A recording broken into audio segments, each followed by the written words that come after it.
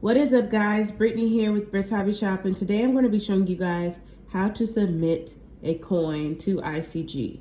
Now, of course, we all know that PCGS, NGC, and Annex are the top 3 grading companies. Now, I did submit a coin in my previous videos to Annex, and they didn't grade it properly, and partially because this is not a very known error. It is a 2017 P floating head penny. A lot of coin companies don't recognize this as an error. However, ICG does. So I'm going to be submitting to them so that I can get this coin in a slab.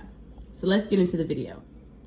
All right, guys. So in order to submit a coin to a grading company, most of the forms are all the same, but you would have to go on their website, get their submission form, and print it out.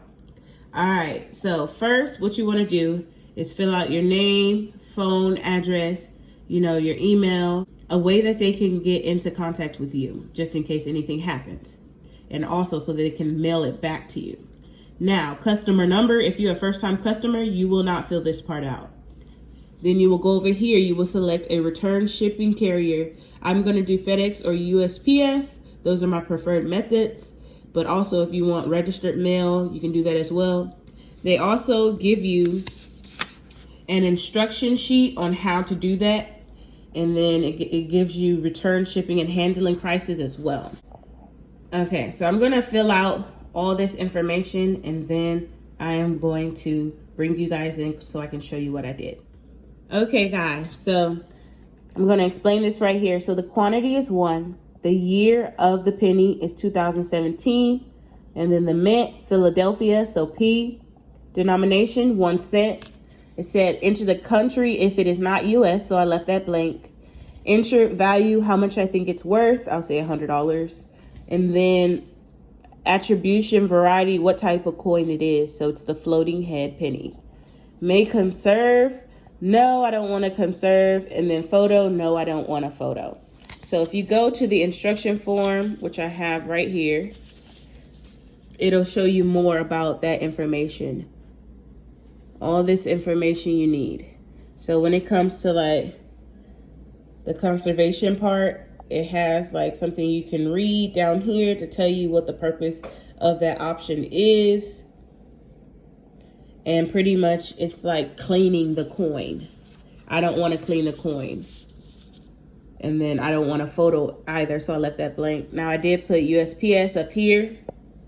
It says total coin count 1. Total insured 100, and 0 for the other options. Now, if you come down to this part, it says tier of service.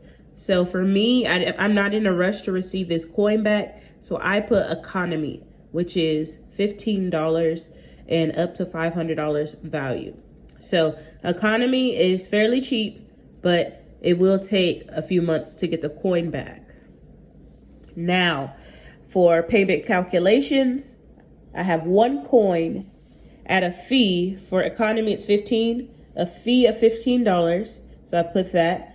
And then I do want the attribution fee because I want the correct terminology for this penny listed on the coin. And so I put $10 for that. And then return shipping fee is $25. So you can see that on the next sheet. Based off of how many coins you are submitting, I'm only submitting 1, so the fee is $25. And so, let's see. That's $25. My total overall for this coin being put in a coin slab, $50.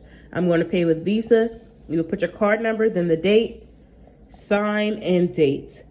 And yeah, that's pretty much how you submit the form. Once you are finished, you're going to mail it to that address right there. And then also, you are going to need to purchase some of these 2x2 coin flip little holders. This is what you have to put the penny in or your coin in order to ship it off.